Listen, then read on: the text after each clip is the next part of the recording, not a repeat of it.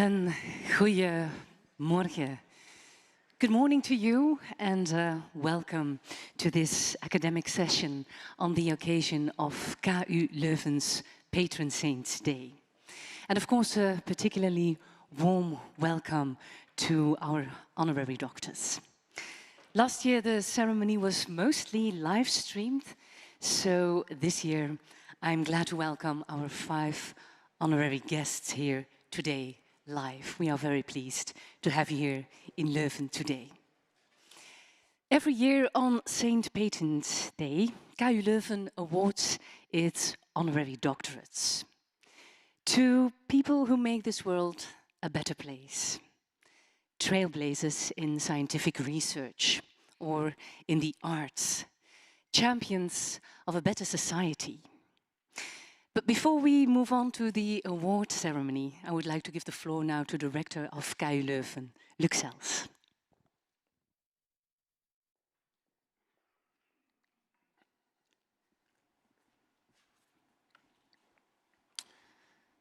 Dear students, dear colleagues, dear friends of the KU Leuven community. On this Patron Saints Day, I would like to take you back to 1948. We have just turned the page on one of the darkest chapters in human history. Out of the horror of World War II, something beautiful is blooming. An agreement amongst all humankind that to this day defines the lives of billions. I'm speaking of the Universal Declaration of Human Rights.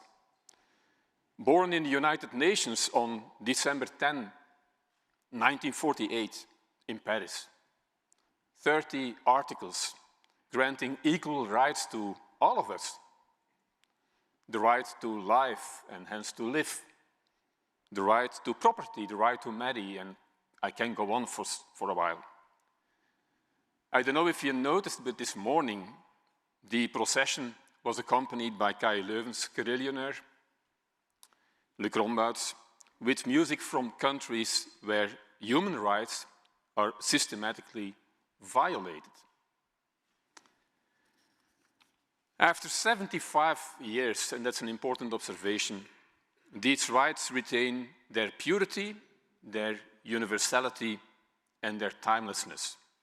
Even today, in many places and for many of us, these rights provide cast iron guarantees of a dignified existence. For many, but not for everyone. For many, but not for everyone. Consider for a moment the degrading situation in which Olivier van de Kastelen finds himself. Held hostage by an Iranian regime that chooses to ignore that powerful 1948 agreement. Olivier's situation is far from unique, unfortunately. It proves that we must remain vigilant. The ideals of human rights are not accorded to everyone. Take freedom as an example. One of the Declaration's core values and considered by many as the highest good.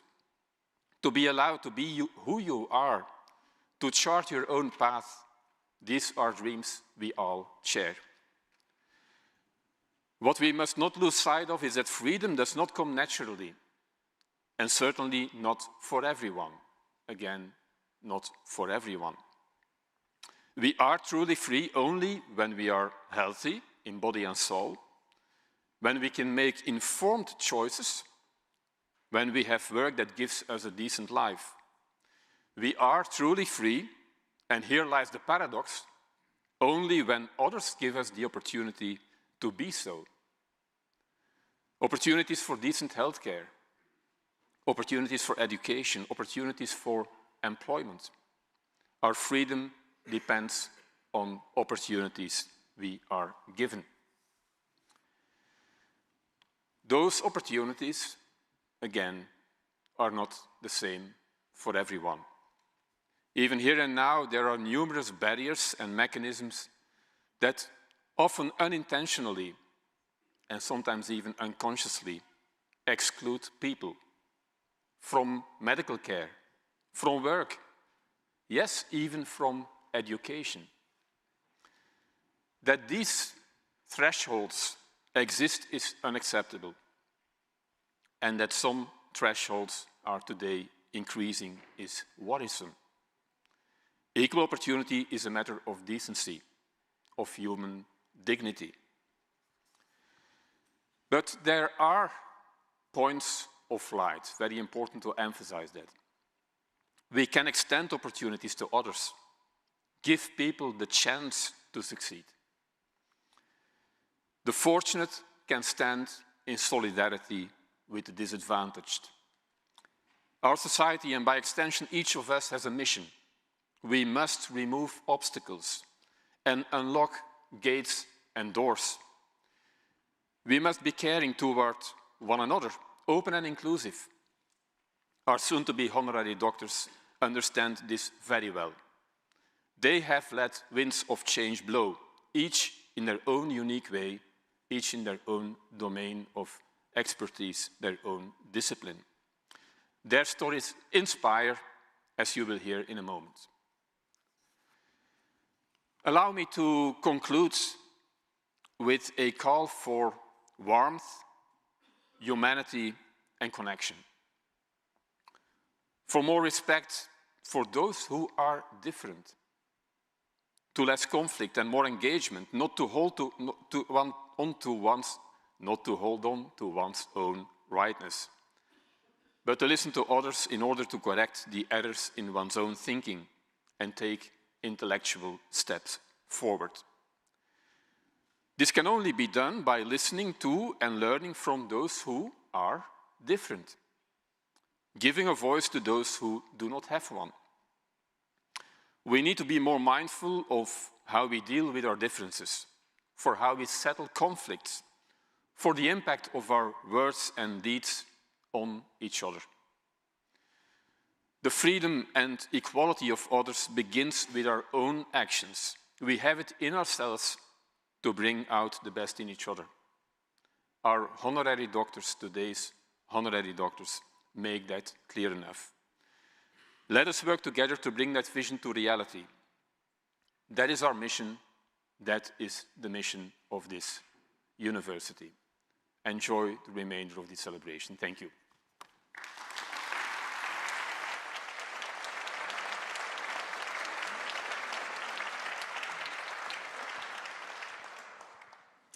Thank you for your words of welcome, Rector Sels.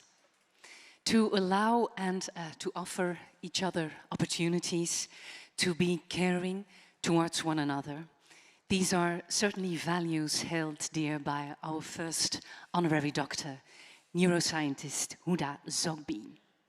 She gives hope to both patients and their families, thanks to her pioneering research into rare brain disorders. She continues her tireless research for how medical breakthroughs may benefit all, including the neurosciences themselves. Please join me in watching this commendation video in which nominating professors Patrick Dupont, Hilde van Es and Patrick Verstreken offer further words of praise for Huda Zogby. And after the video, I would like to invite Rector Sels, Professor Zogby, and the supervisors here on stage with me for the official presentation of the honorary doctorate. Huda Zogby is hoogleraar pediatrie, moleculaire en menselijke genetica, neurowetenschappen en neurologie aan het Bayer College of Medicine in Houston en investigator aan het Howard Hughes Medical Institute. Ze heeft baanbrekend en veelvuldig bekroond onderzoek gedaan naar zeldzame hersenaandoeningen, zoals het Rett-syndroom en het MECP2-duplicatiesyndroom, maar ook naar vaker voorkomende aandoeningen zoals Parkinson, Alzheimer en autisme-spectrumstoornissen. Als directeur van het Jan en Dan Duncan Neurological Research Institute inspireert Huda Zogby nieuwe generaties onderzoekers om innovatieve therapieën te ontwikkelen.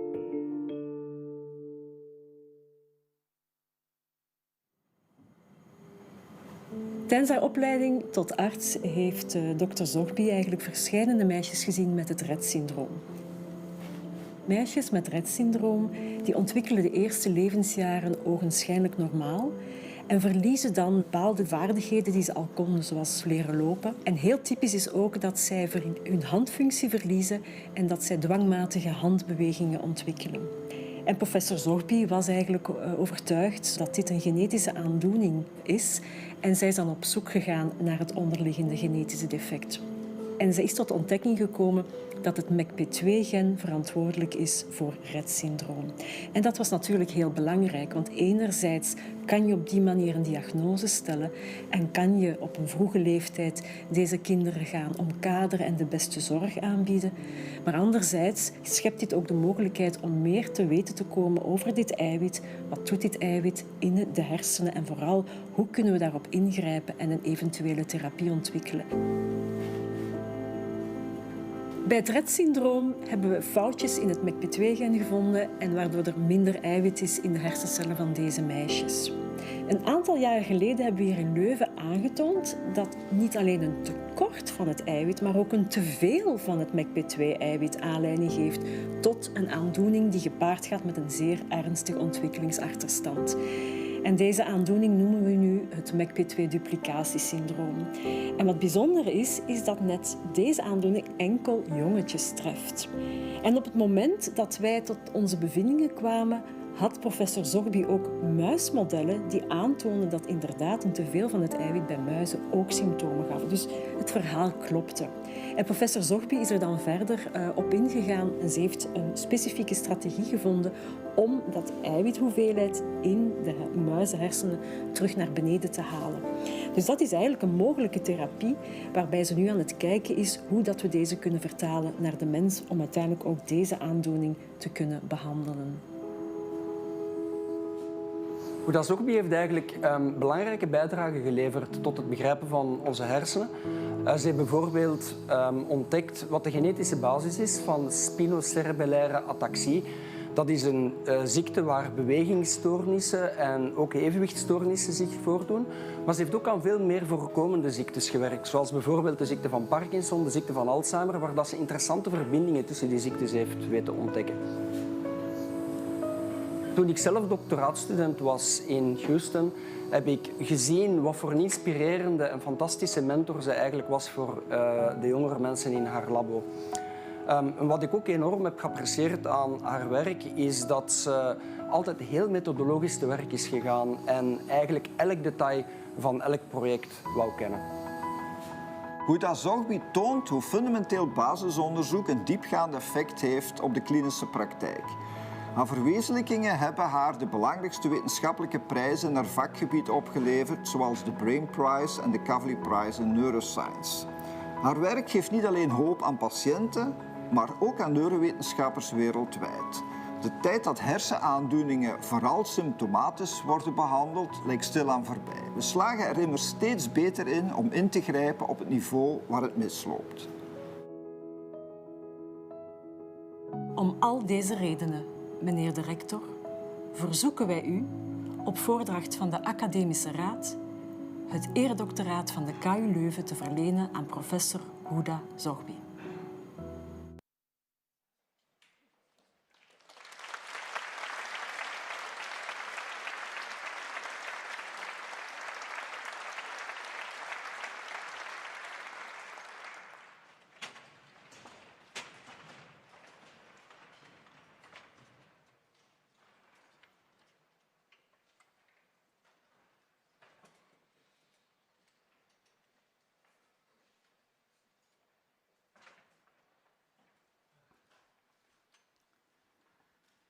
Professor Zorbi, KU Leuven is honoring you for your discovery that mutations in the MECP2 gene cause a debilitating early onset neurodevelopmental disease, Rett syndrome, primarily affecting girls, and for the discovery of mutations in additional genes causing neurological disease.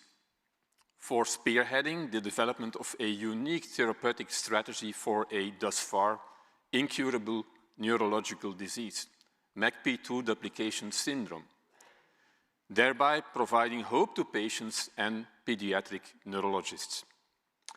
for being an inspiring leader and a mentor, for your unswerving support as a role model for a whole generation of young researchers. For these reasons, and I hereby bestow upon you, in my capacity as rector of KU Leuven, and on the recommendation of the Academic Council, the degree of Doctor Honoris Causa of this university. My congratulations.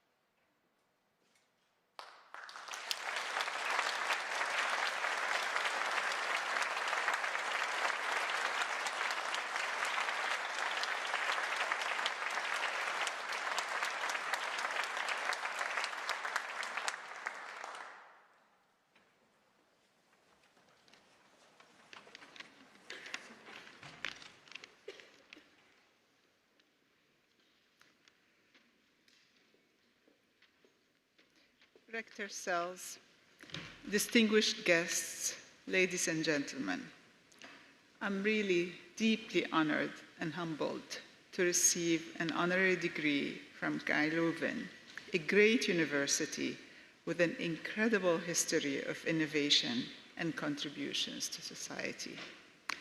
I'm particularly grateful to my esteemed colleagues, Professor Dupont, Professor Vaness, and Professor Verstersteken for nominating me for this great honor and for all that they personally do for science and medicine. And as you've heard on the video, it's incredible that we come full circle, that Hilda and I are together here.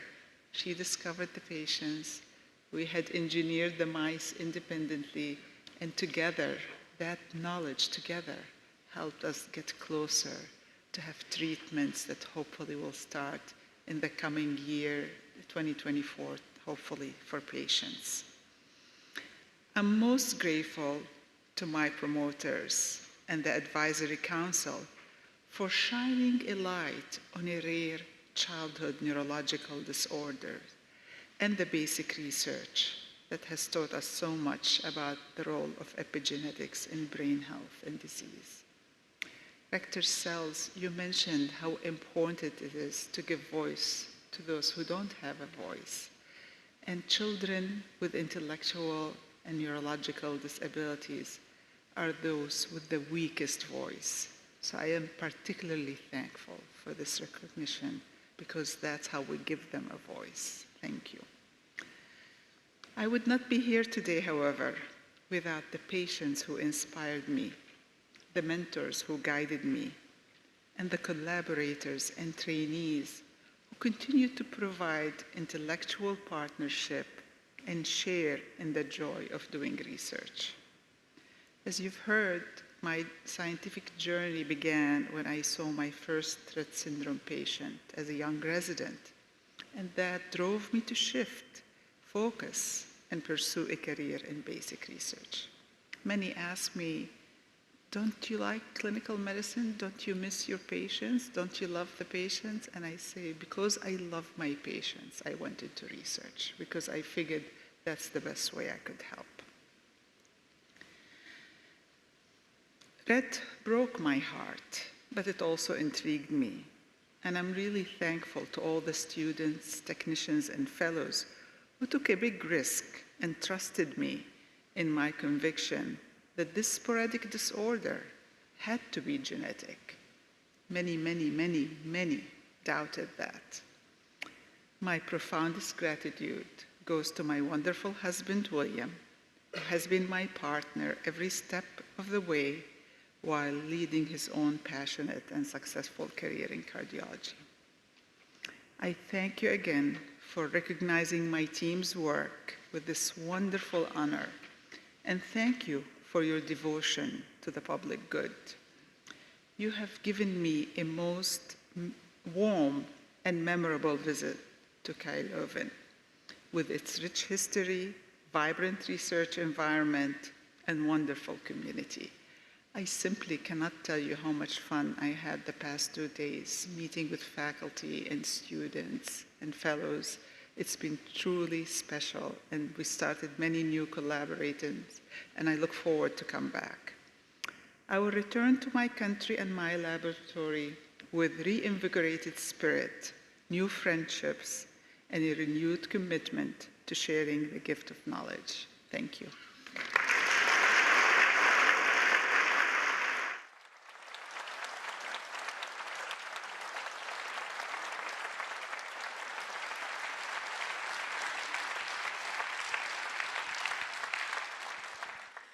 Congratulations on your honorary doctorate, Professor Zogby. The next honorary doctorate is awarded to the American anthropologist Joseph Henrich. In his research, he examines how humankind succeeded in becoming the most successful, that is, most dominant species on this planet, and how culture played a decisive role in our evolution. He is someone who, by his own account, has always been looking for answers to big questions. And that is also what he wants to impress on his students. Follow your passion. Don't be afraid to break the rules and look to different ways of thinking. Because that, he believes, would explain the success of humankind. That we are capable of working together and learn from others. In this commendation video, you will see and hear nominating professors Andreas de Blok and Freek van der Velde. And I also invite them to join us on stage after the video, along with the rector and Professor Henrich. De Amerikaanse antropoloog Joseph Henrich doseert menselijke evolutionaire biologie aan Harvard. Hij is een wereldautoriteit op het vlak van culturele verandering en doet onderzoek naar de rol die cultuur heeft gespeeld bij onze evolutie. Henrich doet zijn inzichten uit de doeken in boeken voor het brede publiek, waaronder The Secret of Our Success en The Weirdest People in the World.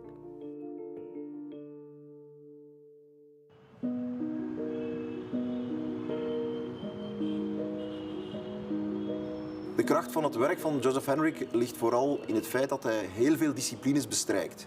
Dus, economie, antropologie, psychologie, archeologie, linguïstiek ook. Dus hij heeft iets te zeggen over al die domeinen. Dat klikt ook heel erg goed in elkaar. Dus je voelt als je die boeken leest ook dat een geheel is, een uniform beeld. En dat maakt ook de overtuigingskracht veel groter. En verder spant hij zich ook heel erg in om die wetenschappelijke inzichten uit te dragen naar een breder publiek. Dus hij schrijft boeken die heel leesbaar zijn en die ook een grote overtuigingskracht hebben voor mensen uit die verschillende disciplines.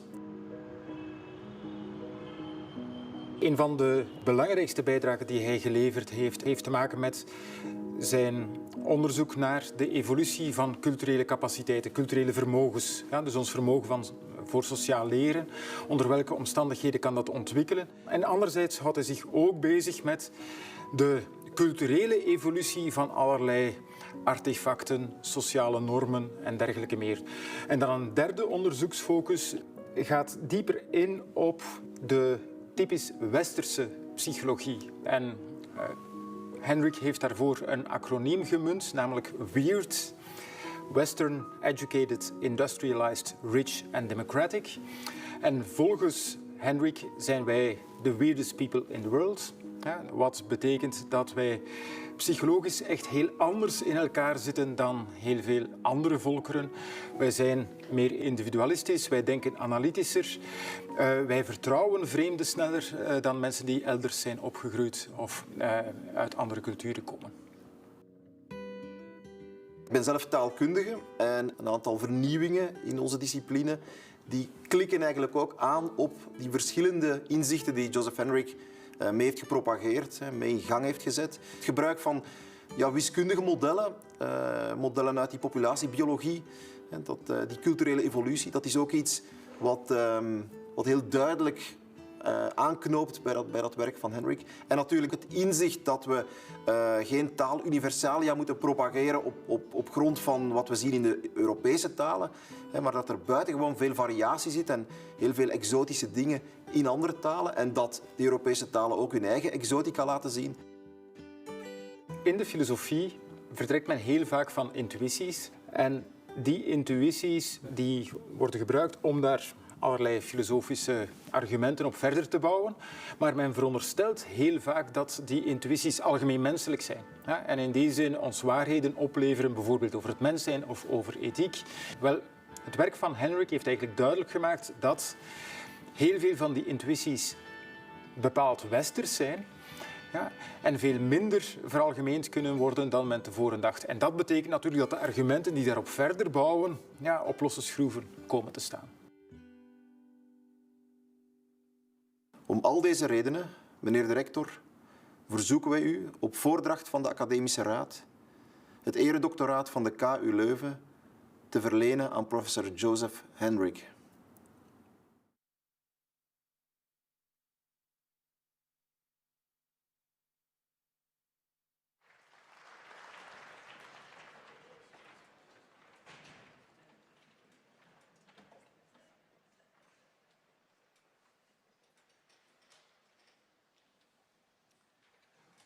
Professor Joseph Henrik, KU Leuven is honoring you for your exceptional contribution to understanding culture in general and cultural change in particular, for your theoretically and empirically substantiated critique of the idea that the psychology of the Western individual can be a model for all of human psychology, for your confident and unwavering commitment to cross-disciplinary research that shows how scientists from different backgrounds can bring each other to new and groundbreaking insights.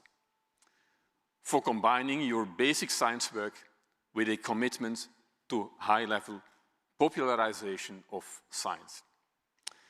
For these reasons, I hereby bestow upon you, in my capacity as Rector of KU Leuven, and on the recommendation of the Academic Council, the degree of Doctor Honoris Causa of this university.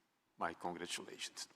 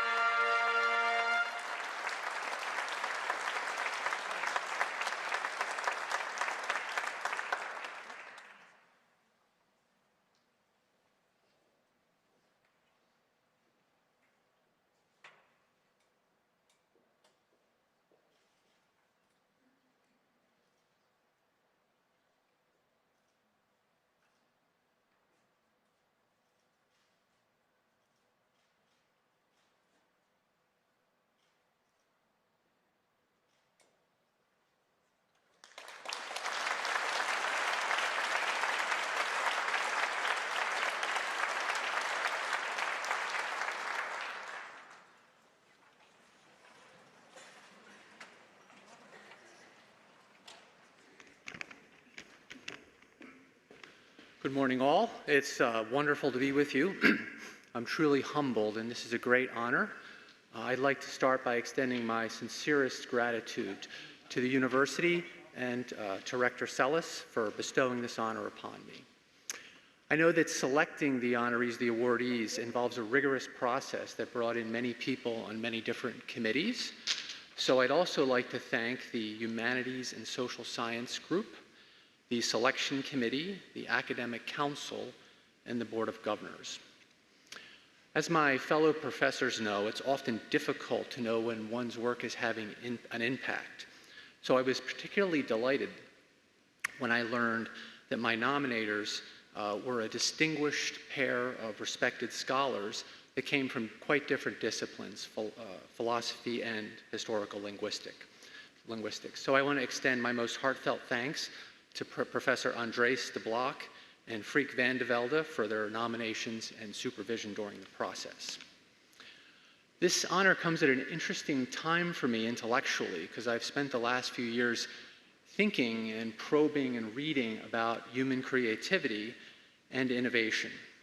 And the argument that I've been assembling is that this capacity of ours for creativity and innovation emerges not from individual minds, but from communities, from social interactions, and from contexts. So sometimes by design, but usually by luck, I frequently found myself at the crossroads of different flows of ideas coming from different places. And I've managed to make use of that from time to time. My intellectual journey started at the University of Notre Dame, which is appropriate given today, where I was able to be part of a special program, and I simultaneously studied aerospace engineering and anthropology.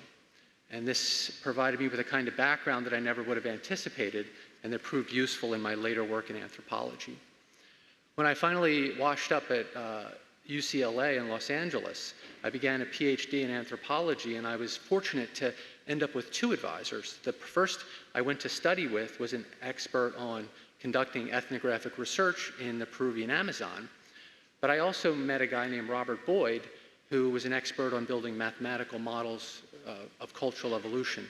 So I began moving back and forth between these two advisors. And I soon began importing tools from cognitive psychology and behavioral economics. And my two advisors, while they didn't know anything about these fields, just provided support and nurturing along the way. A few years into my graduate program, our community of like-minded individuals pursuing these new avenues began to grow with the arrival of Francisco Gil White, Richard McElrath, and Natalie Smith. While a graduate student, Francisco and I wrote a paper on the evolution of prestige that is among my most highly cited papers. Meanwhile, Richard McElrath and Natalie Smith and I began conducting behavioral economic experiments in diverse societies around the world. So special thanks to my PhD advisors and my earliest collaborators, as well as the amazing populations I worked with in Peru and Chile. While a senior graduate student and young professor, I was again lucky to fall into two different groups. One, a set of economists, including Ernst Fair, Sam Bowles, and Herb Gintis, that I learned and was able to kind of harvest many of the fruits of economics and developing ideas there. And another research group led by the famed philosopher Steve Stitch from Rutgers, where I began to learn about philosophy and think more about those ideas, and try to incorporate them into cultural evolution, the field that I was trying to help develop. It also gave me an understanding of the way different fields rely on different epistemologies, make use of different kinds of evidence, and constitute or believe different arguments are more or less valid. When I was hired as a psychological anthropologist at Emory University, I was particularly benefited by having lunch with a philosopher named Bob Macaulay and a developmental psychologist named Philippe Rochat. They helped me develop my ideas, and soon some of Philippe's graduate students in developmental psychology began studying children and infants in the villages I was working in the South Pacific. So thanks to both my friends at Emory, who helped develop my early ideas, and my friends in the South Pacific, who I learned so much from. In 2005, Providence would strike again when two deans at the University of British Columbia in Vancouver, Canada, decided to recruit me for their Canada Research Chair. Now, they naturally thought it would make the most sense to put my position in anthropology, but fortunately for me, the anthropologists firmly rejected me. So the deans were not deterred by this, and they shopped me to psychology and economics, who signed on. So I became a professor of both psychology and economics. I'm still hoping to take a class in one of those disciplines. So wayward anthropologists washed up and began working with economists and psychologists and teaching courses and eventually producing successful graduate students. So special thanks to Deans Nancy Galini and Darren Lehman for not taking no for an answer. During my time in Vancouver and often hanging out at our local Irish pub, I encountered Steve Heine and Aranor Zion, who I began a long-running collaboration with. And it's with these two fine scholars that we developed the weird concept and began the roots of what was my most impactful line of scholarship. So a special hat tip to Steve and R, my good friends. Along the way, I was fortunate to be able to run a lab in the style of big science, populated by many graduate students and postdocs. And I was able to draw in psychologists, economists, linguists, religious studies scholars, classicists, and even a few mathematicians once in a while. So special thanks to all the members of my lab over many years who really formed the core of my collective brain. Finally, I'll close by thanking my family with big hugs to Zoe, Jessica, Josh, and Natalie. Thank you.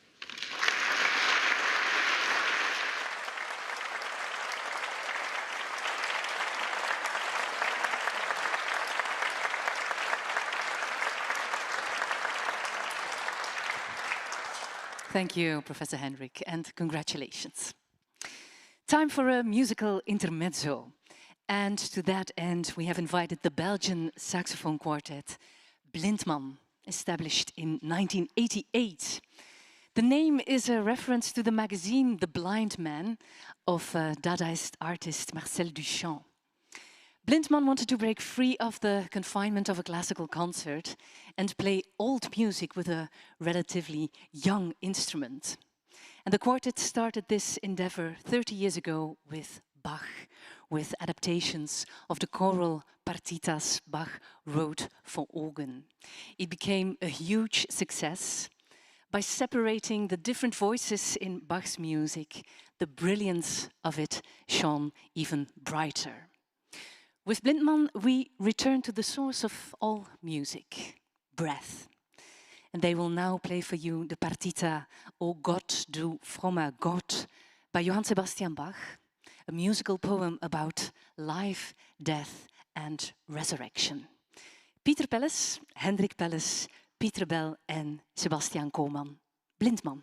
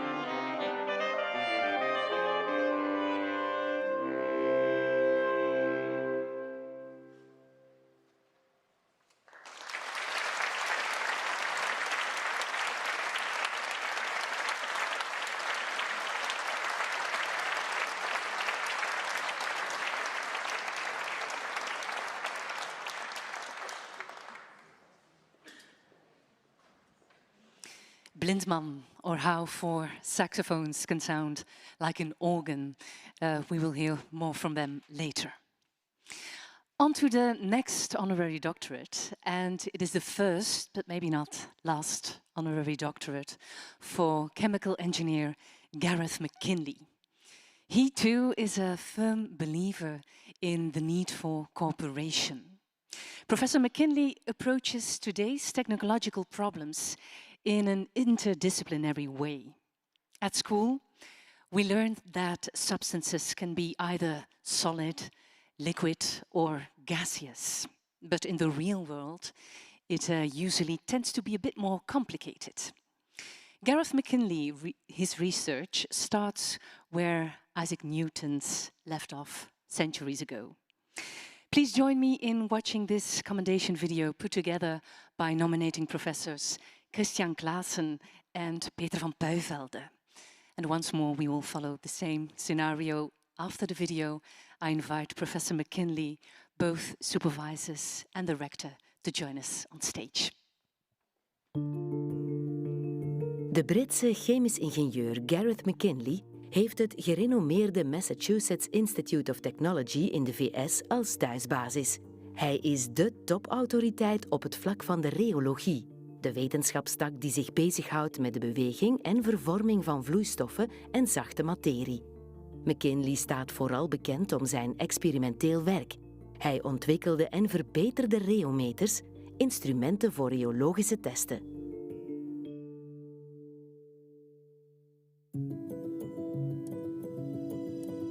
McKinley is wellicht de bekendste rheoloog op deze aarde. Hij is een Brit van origine, hij komt uit de Cambridge School.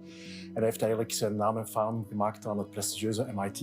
Het is een ongelooflijk inspirerend figuur, zowel op het gebied van de theoretische uitwerking van rheologische concepten, als op de toepassing. En dat maakt hem toch wel uniek in onze expertisewereld. Industrieel gezien, als je denkt aan mengoperaties, aan het transporteren van vloeistoffen van plaats A naar plaats B, er komen allerlei stromingsfenomenen bij te pas. En daar is kennis van rheologie uiteraard van groot belang. Maar ook in onze dagdagelijkse wereld komen allerlei aspecten van rheologie aan bod. Bijvoorbeeld, u heeft wellicht ooit al eens uw plafond geschilderd. Dus het product een beetje tunen, zodat het stromingsgedrag van die verf doet wat het moet doen, is een van de vakgebieden van de rheologie waar wij ons mee bezighouden. Gareth McKinley is bekend vooral voor het ontwikkelen van nieuwe soorten rheometers. Dus machines waarmee je het vloeigedrag precies kan opmeten. Maar ook om het achteraf de microstructuurontwikkeling in zo complexe vloeistoffen te begrijpen. Waarom vloeien die nu heel raar soms? Hè? Dus dat is, ik denk, zijn grootste bijdrage in de wereld van de rheologie. Gareth McKinley werkt bijvoorbeeld op dit moment met slakkenslijm.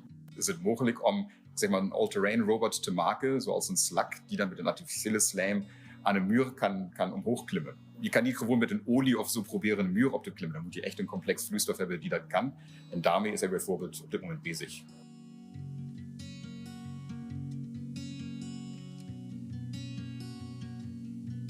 Hij is zo'n ingenieur universalis, dus hij probeert van een heel diepe wetenschappelijke aanpak het vloeigedrag, complex vloeigedrag toe te passen in alle mogelijke richtingen. Dus dat is niet alleen maar te begrijpen, maar ook echt voor de maatschappij achteraf een toepassing te vinden voor deze vloeistoffen.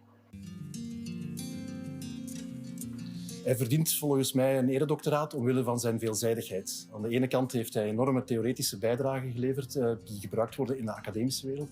Maar zijn veelzijdigheid uit zich in de hele waslijst van toepassingen waarvoor hij een enorme lijst van patenten op zijn naam staan heeft. Zijn maatschappelijke relevantie blijkt uit een aantal zaken. Enerzijds is een mooi voorbeeld het oogsten van mist in de woestijn van Chili, om dus waterirrigatiesystemen mogelijk te maken. Aan de andere kant heeft hij ook een enorme wetenschapsoutreach naar het brede publiek mogelijk gemaakt. Hij is binnen MIT ook een van de grondleggers geweest van de eerste MOOCs die ontwikkeld zijn en waarvoor MIT met zijn edX-platform toch wel heel bekend is. Je denkt dat je expert bent in je domein en dan komt hij langs en weet al veel meer dan jezelf en kan het dan ook over alle disciplines toepassen. Dus niet alleen maar beperkt in de ingenieurswetenschappen of de rheologie, maar van alles, van biologie tot computerwetenschappen. Hij weet in principe van alles. Hij is heel nieuwsgierig. Ja? Hij probeert alles te kennen en dan ook toe te passen uiteindelijk. Hij kan echt heel moeilijke concepten begrijpbaar uitleggen en dat heeft mij wel ook geïnspireerd om zelf aan de slag te gaan, om moeilijke concepten aan studenten ook op een begrijpbare manier uit te kunnen leggen. Om al deze redenen, meneer de rector, verzoeken we u op voordracht van de Academische Raad het eredoctoraat van de KU Leuven te verlenen aan professor Gareth McKinley.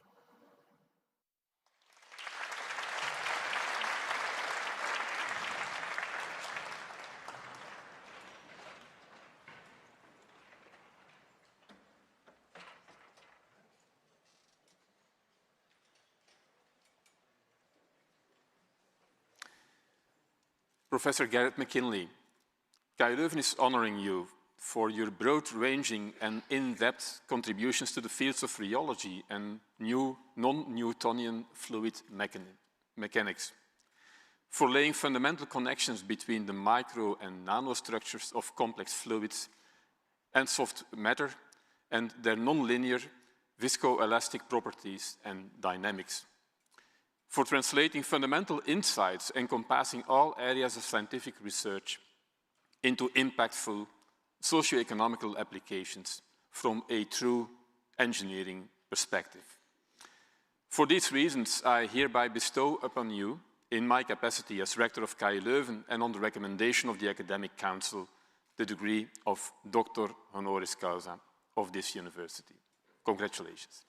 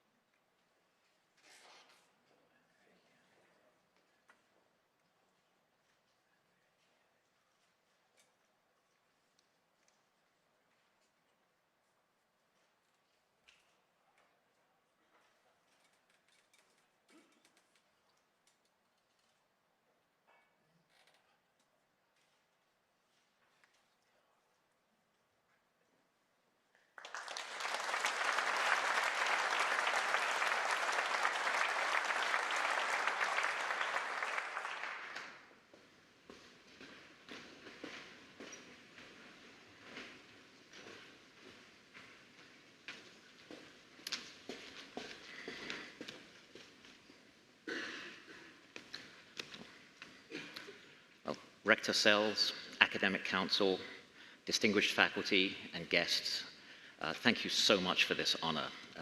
As you heard, it's my very first honorary degree and it will always remain very, very special to me.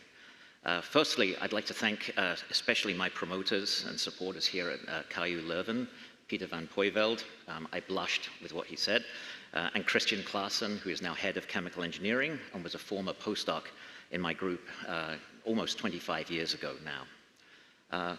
Research is a team sport, and very much like sports, it's something where everyone has to have the same goal, and everyone has to be pulling for the team rather than just themselves. So I'd really like to thank all of the undergraduates who have worked in my lab over the years, the graduate students, the postdocs and visitors, first in 6 years that I spent at Harvard, and then the last 25 years that I've spent at MIT.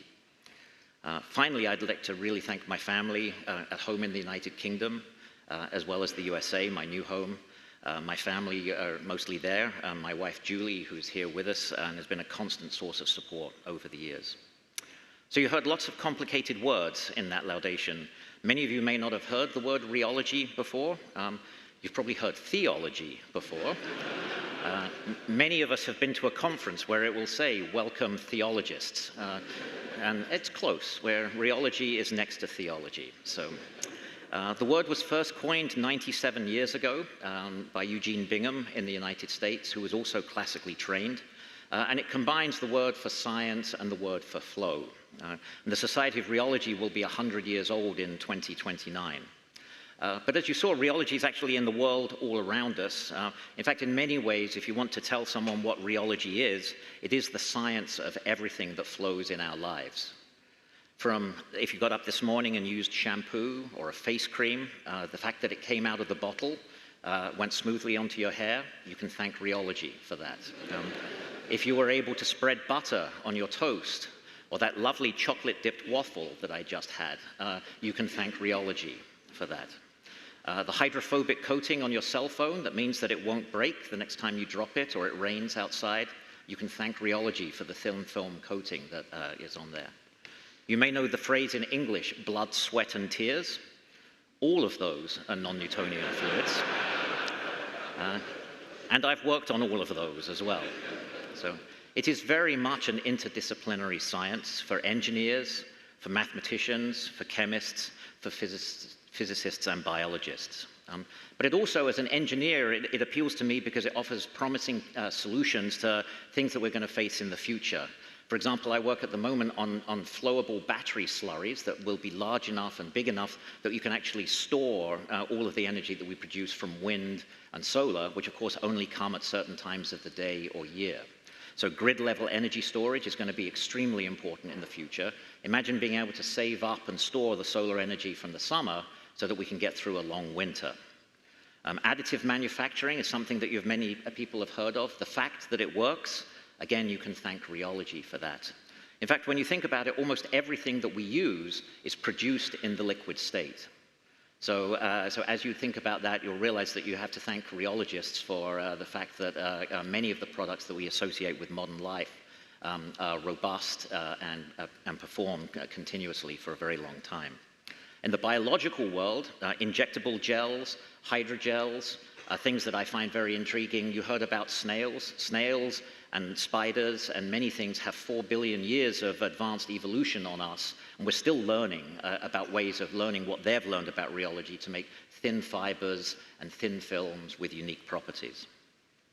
There are many words in English that I use. I don't know what the words in Dutch are, but if you know the words sticky, or tacky, or stringy, or slimy, or gooey, or goopy, all of those are not just things that you can found companies on, but things that describe rheological modifiers that say something's not just like air or not just like water. And so that's what interests me. And the university here at KU Leuven has been one of the very big leaders across Europe in this emerging science. And it's really particularly thanks to Professor Jan Mavis, who recruited many of the people that are now in this leading group in Europe. And so it's a particularly big pleasure to be able to accept this honorary doctorate here. Thank you all very much. And when you go home tonight, I hope you will play with your food and play with face creams, and you will think, rheology, I learned a new word today.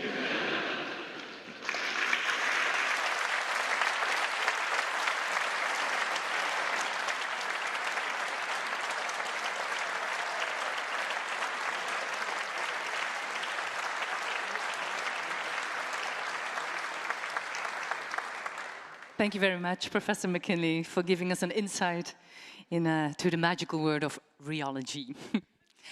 Our next honorary doctorate goes to the Argentinian filmmaker Lucrecia Martel, a big name in the world of art cinema. Spanish Grandmaster Pedro Almodóvar pronounced himself a fan of Lucrecia Martel's work from day one. And her films, just like Almodóvar's, are far removed from industrial fast food and more closely resemble a sumptuous meal for which you have to take your time, lean back in contentment afterwards, and ponder what it is exactly you have just seen. Lucrecia Martel is a great observer of common people and a deeply committed filmmaker. Nominating professors Nadia Lee, Werner Thomas, and Chris van Heukelom will explain this further in the following commendation video, which is immediately followed by the presentation of the honorary doctorate to Lucrecia Martel. De Argentijnse regisseur Lucrecia Martel is een van de spannendste en meest geprezen filmmakers van het moment. Ze debuteert in 2001 met La Ciénaga, of Het Moeras, de eerste film van een drieluik dat zich afspeelt in haar geboorteregio Salta. In die trilogie ontwikkelt Martel een hoogst persoonlijke, suggestieve filmtaal waarmee ze de onderhuidse spanningen rond klasse, ras en gender blootlegt. Haar voorlopig laatste speelfilm, Zama, komt uit in 2017. Het is het bevreemdende portret van een 18e-eeuwse koloniale ambtenaar in Paraguay. Martel ontving tal van prijzen voor haar oeuvre en werd al 2 maal genomineerd voor de Gouden Palm in Cannes.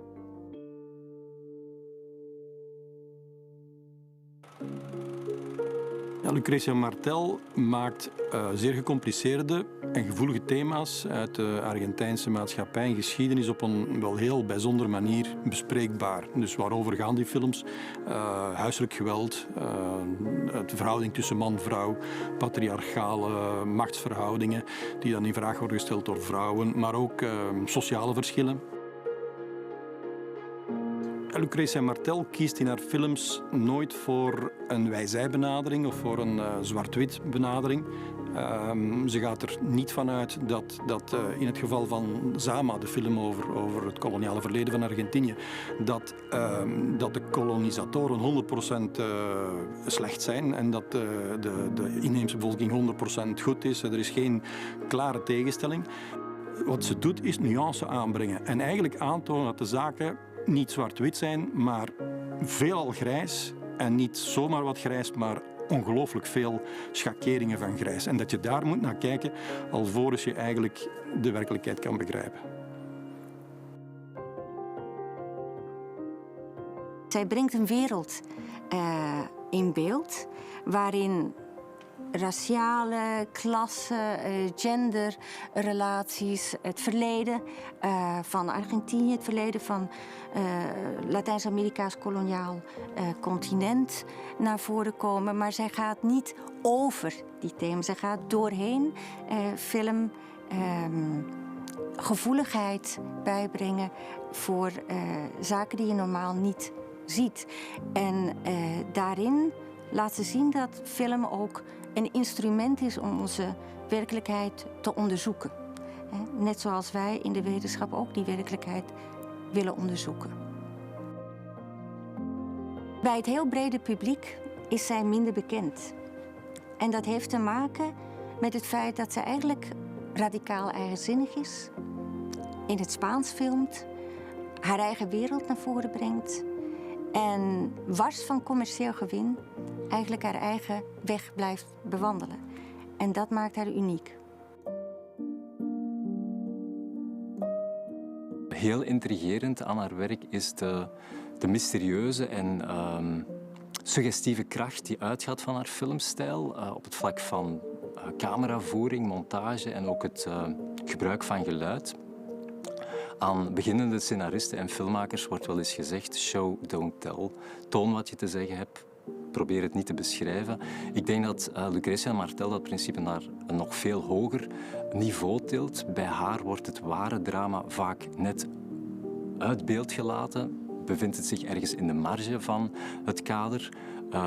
Cruciale shots of scènes worden uit de montage gelaten, zodat de kijker zelf geactiveerd wordt en zelf alle losse eindjes aan elkaar moet knopen. Die eigen weg impliceert in eerste instantie dat zij door dat te doen een heel eigen filmtaal heeft ontwikkeld. Heel persoonlijk, heel suggestief. Die de ogen openzet, maar ook de oren openzet. En een wereld op het scherm heeft gebracht die heel uniek is. En tegelijkertijd appelleert aan allerlei maatschappelijke problemen. Dus zij laat zien hoe belangrijk kunst kan zijn om daarover te praten, om daar een gevoeligheid voor te ontwikkelen. Om al deze redenen, meneer de rector, verzoeken wij u op voordracht van de Academische Raad het eredoctoraat van de KU Leuven te verlenen aan Lucretia Martel.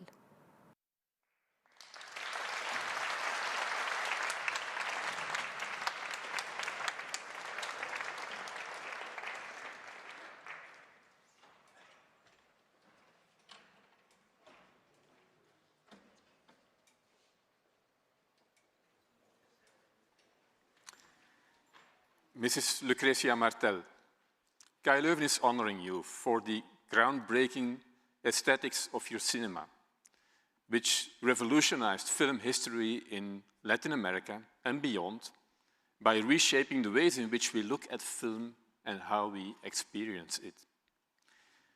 For the intelligence and sensitivity with which you engage through your work with complex political and social issues, such as post-dictatorial legacies, racial and ethnic inequalities, queer sexualities, and binary colonialist thinking. For the courage and consistency with which you defend the value of diversity and the right to be different in an increasingly homogenized world, as a female filmmaker in a predominantly male environment, as an independent Latin American artist refusing to give in to powerful English language media players, and as an intellectual whose creative work carves out new spaces for queer personalities and dissonant voices, demonstrating the importance of culture for democracy. For these reasons, I hereby bestow upon you, in my capacity as rector of KU Leuven, and on the recommendation of the Academic Council, the degree of Doctor Honoris Causa of this university. My congratulations.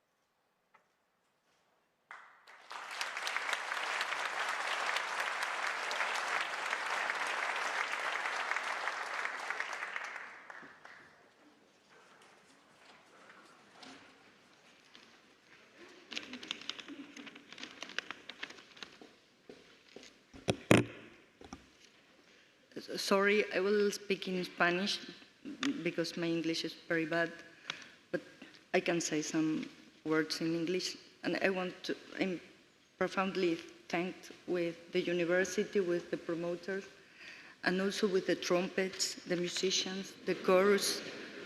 It was an incredible moment in the church.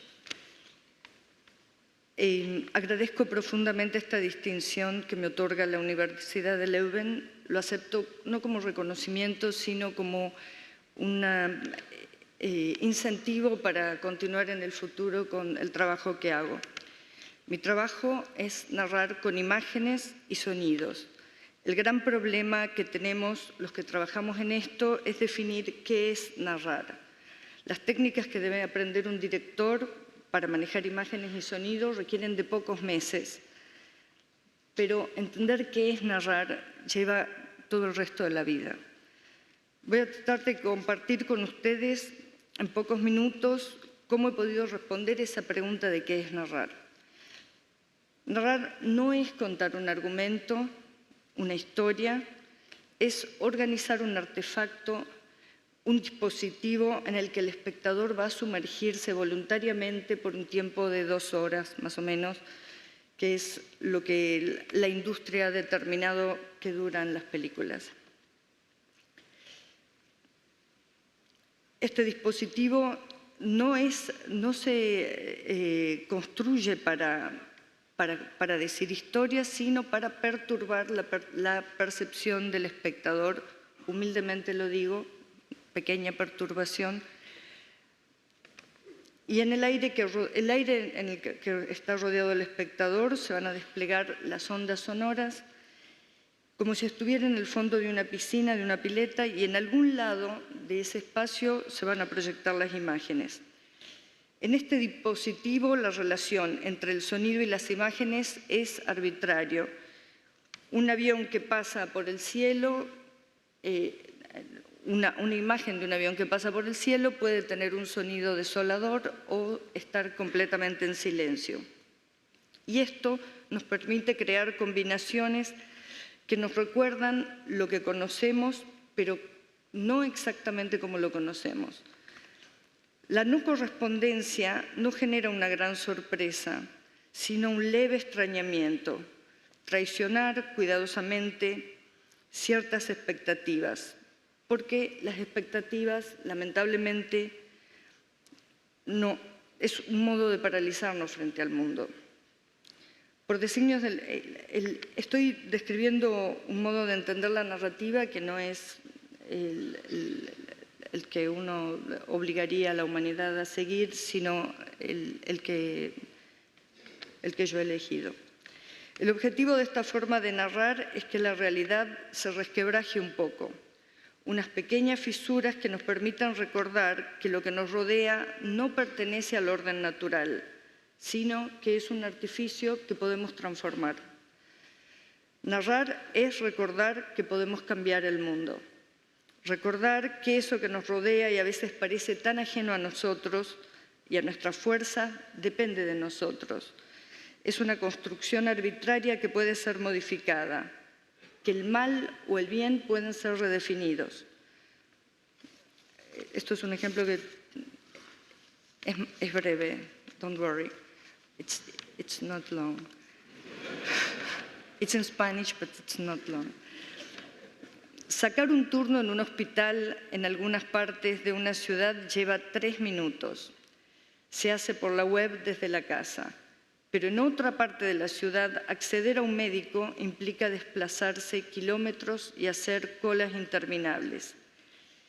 Y aquí viene algo muy importante. Ambos casos se expresan con las mismas palabras: acceder al sistema de salud. El lenguaje suele ocultar la enorme diferencia espacio-temporal que fragmenta al planeta. Una condición fundamental para ejercer el poder es olvidar la discontinuidad del espacio y el tiempo. La puesta en escena, lo que uno hace en este trabajo, es una batalla espiritual que se imprime sobre la materia sonora y visual. Con imágenes y sonidos se puede transmitir el orden de lo que existe o poner en duda el orden de lo que existe. Transmitir la arbitrariedad de ese orden, tan incómodo para algunos, tan conveniente para otros. No es necesario que ningún personaje hable sobre estas cosas, no es necesario decirlo en los diálogos, ni que sea dicho en los subtítulos. No es del orden del argumento de lo que estoy hablando. Está en el foco, en el encuadre, en la luz, en el timbre de la voz de los personajes, en la construcción del sonido ambiente, en cómo se usa la música, en el modo en que se descompone una situación en partes. ¿Cuántos segmentos se pueden distinguir en una secuencia? Antes que algo se manifieste en el argumento, ya se ha manifestado en la materia sonora y visual. Toda guerra es una guerra santa. Necesita ser santa porque es muy difícil matar a un igual. Necesita construir un enemigo que merezca la muerte, un enemigo que conspira contra el orden natural. El que puede reducir al otro define el orden natural. Las armas de fuego son útiles, pero infinitamente más útil es obligar al otro a creer en algo. El cine tiene la posibilidad de poner en duda eso a través de la ambigüedad, de las imágenes y del sonido. Quiero agradecer también, por último, la compañía en mi vida de Julieta. Gracias.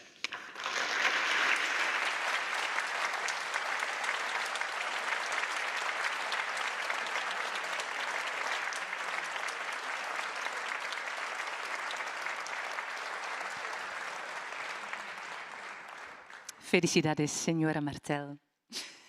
And now, time again for a musical interlude. Once more, Johann Sebastian Bach. Blindman plays an adaptation of a partita Bach wrote when he was 25. Sei gegrüßet, Jesu gütig.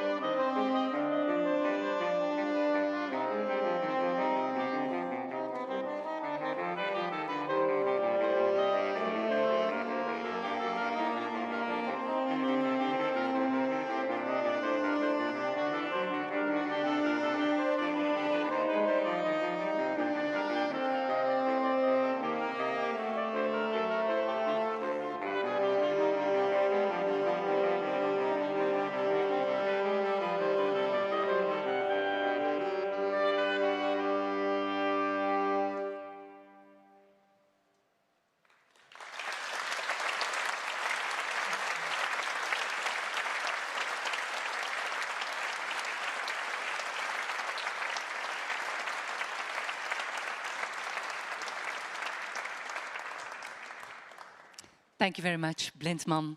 Pieter Pelles, Hendrik Pelles, Piet Rebel and Sebastian Koolman.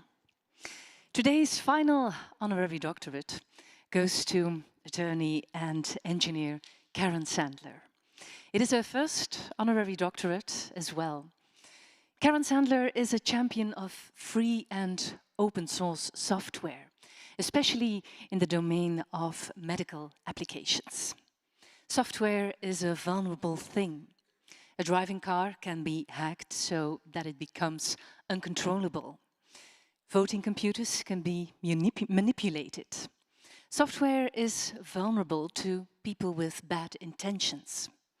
Karen Sandler believes the solution lies in software freedom. Only when the software used in our technology is free to peruse and spread can disasters be avoided. Karen Sandler was nominated by the Student Council Stura, and that pleases her no end. Because if people who will be building tomorrow's world understand how important software freedom is, that gives her hope for the future. This is her commendation video with Ton Robrecht, president of Stura, and Eline Gonnessen, mandatory of Stura. And then we will move on one last time to the presentation of this final honorary doctorate, for which Karen Sandler, Rector Sels, and Stura's vice president, Hannelore Deurt, are invited to the stage. Karen Sandler is advocaat en executive director van de Software Freedom Conservancy, een non-profit organisatie die ijvert voor ethische technologie en voor vrije en open source software. Karen Sandler is adjunct lector aan Columbia Law School, waar ze ook zelf studeerde, en gastprofessor aan de University of California, Santa Cruz. Ze behaalde naast haar rechtendiploma ook een Bachelor of Science in Engineering aan de Cooper Union for the Advancement of Science and Art.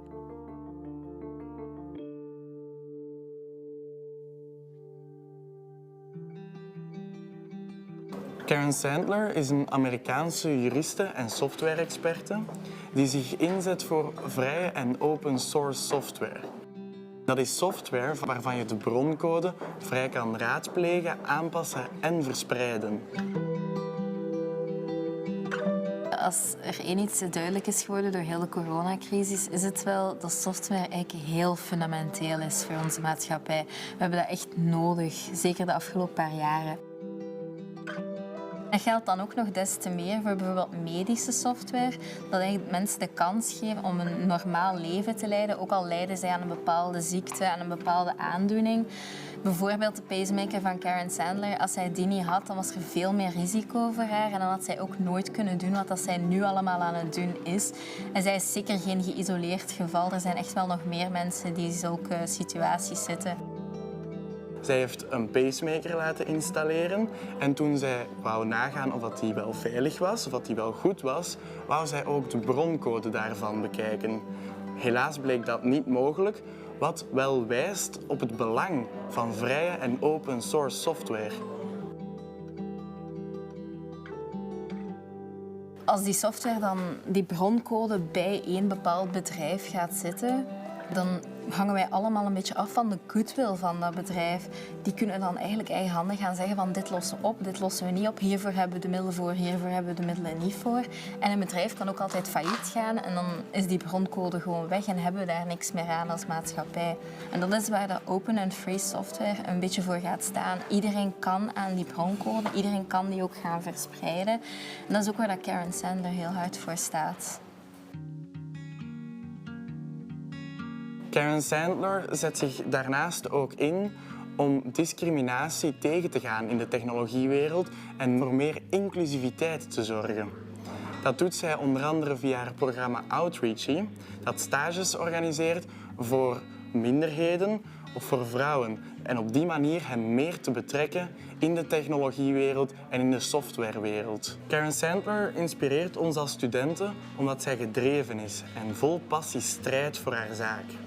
Haar persoonlijke verhaal over de pacemaker geldt eigenlijk als metafoor voor alle technologie en software waar wij mee te maken krijgen in onze hedendaagse maatschappij.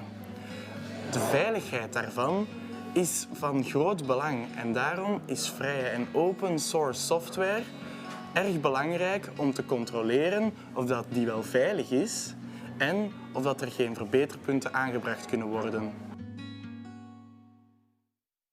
Om al deze redenen, meneer de directeur, verzoeken wij u op voordracht van de Academische Raad het eredoctoraat van de KU Leuven te verlenen aan mevrouw Karen Sandler.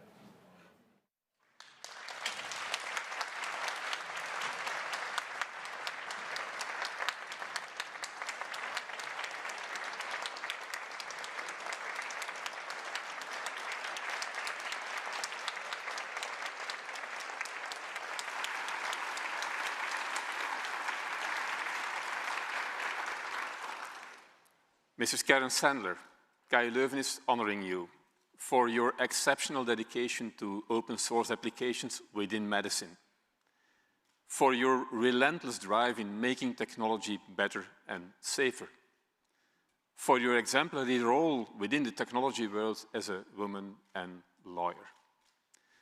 For these reasons, I hereby bestow upon you, in my capacity as rector of KU Leuven, and on the recommendation of the Academic Council, the degree of Doctor Honoris Causa of this university. My congratulations.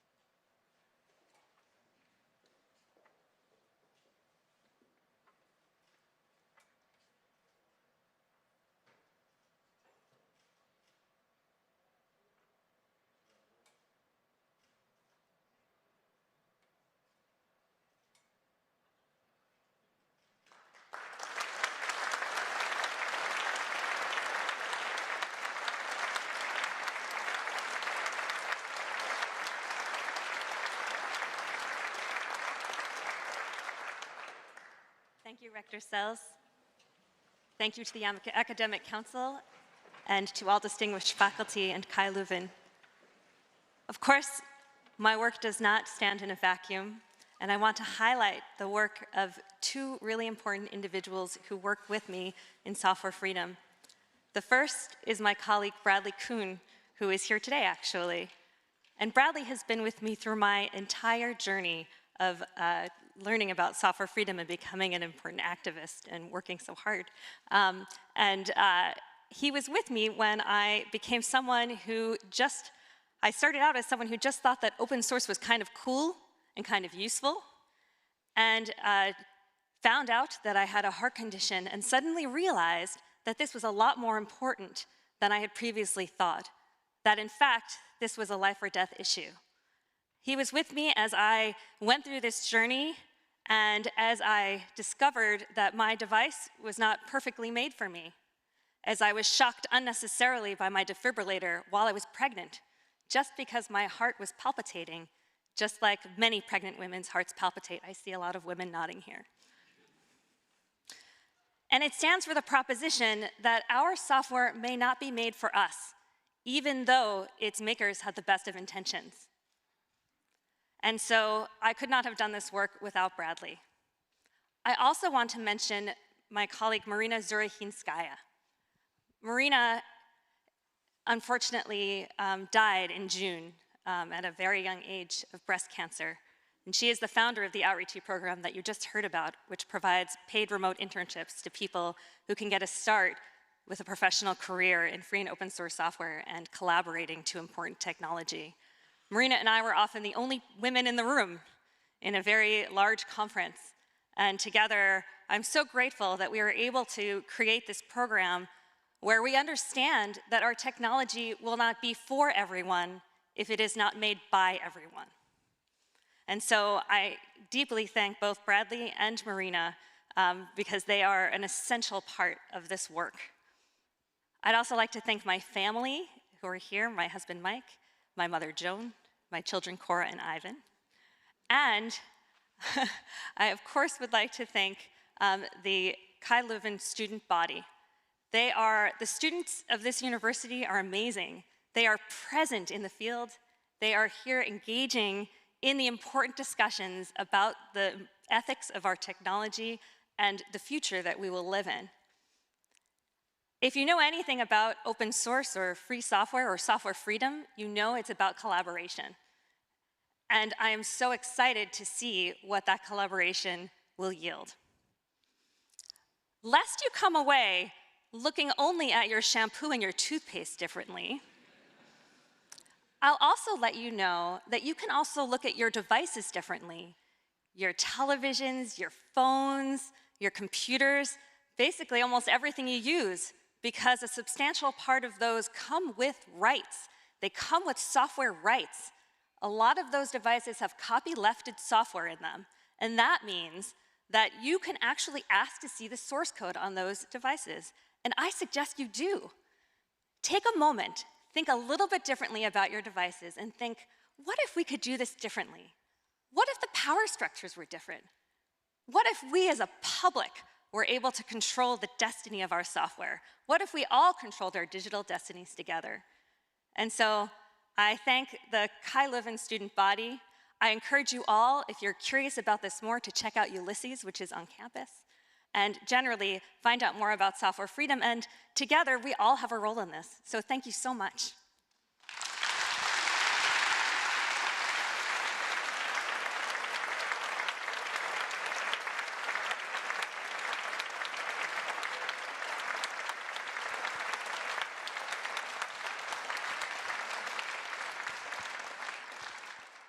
Congratulations and thank you, Karen Sandler. That brings this academic session to a close. I want to thank you all for your presence here and especially our honorary doctors for coming to Leuven. I hereby invite all of you here today to join us at the reception in the university halls. Nog even praktisch, professoren die kunnen hun toga afgeven in de kolommenzaal, beneden in de universiteitshallen. En mag ik u dan nu opnieuw vragen om recht te staan voor de stoet der togati die zo meteen de zaal zal verlaten. I wish you all a pleasant afternoon.